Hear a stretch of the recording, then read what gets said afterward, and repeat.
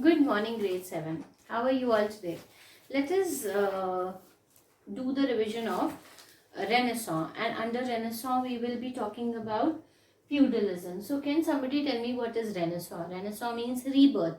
Okay, the period of rebirth where new birth of human mind was born, new learning was created. Okay, where did Renaissance start? It basically started in Florence in Italy. Very good. Okay, what were the causes of rapid growth of Renaissance?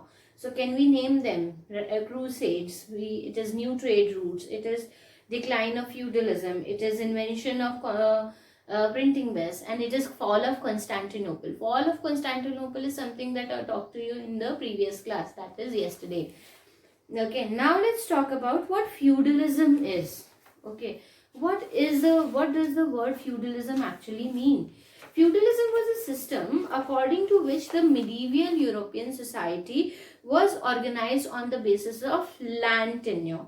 Under this system, all the land in a kingdom belongs to the king. So all the land in the kingdom belonged to who? It belonged to the king. However, the king would give some of his land to the landlords or the nobles who fought for him. These gifts of land were called as manor. So when a king gifted a land to somebody, okay, that is some person who fought for him, that was known as manor. Manors were completely owned by nobles. Now manors were completely owned by nobles. Who owned them? Nobles owned them. They were passed down from one generation to another. Okay, each manor had its own pasture lands, its own lands, its own mills, its own wine press, its own churches, its own villages. Lords gave their servants food and a place to sleep. They used to take care of the servants, but they did not give any money to the people.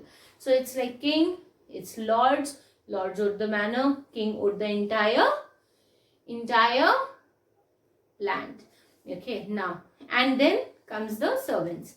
The lords distributed a part of the land among the lesser lords or barons, who provided them with military support. So now lords gave a part of their lands to lesser lords, which were known as barons, and these barons provided the military support to the lords.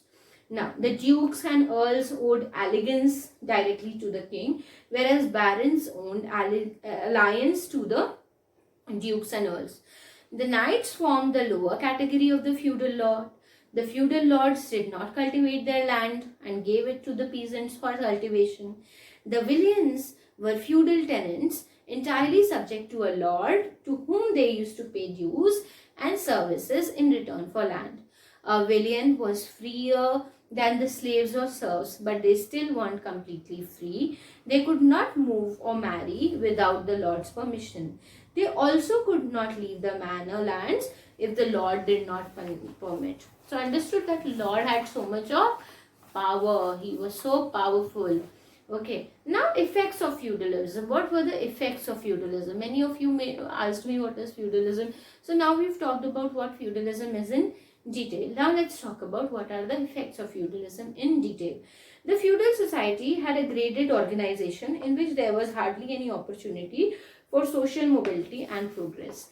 This system was opposed to freedom and equality of rights. There was no freedom and there was no equality of rights, right? Now let's talk of decline of feudalism.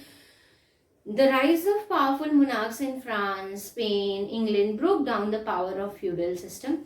With the increase in communication, the manor was no longer isolated, and this facilitated the emergence of bourgeois class, elected or unelected officials of the municipality in the English House of Commons.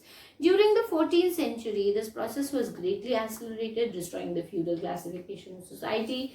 The liberation of the peasants due to enormous growth in trade and commerce greatly contributed to the decline of feudalism. With the growth of trade and commerce, a number of new cities emerged. Okay, new cities means new opportunities to work. The peasants got to free themselves from the tyranny of those lords. Okay, the scarcity of labor in Europe due to Black Death enhanced the bargaining power of peasants. Now because due to Black Death, the labor was less, so everybody wanted labor, everybody needed labor. Now labor had a upper hand. They said we'll work for your land for this rate. Okay, so it got a they got a bargaining power, and this made the feudal system weak. Okay, now there are many books on feudal system.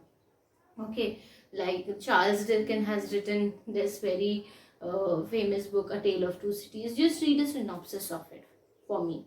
Okay, and just do a little bit more research on feudalism. Take care. Happy learning. Thank you.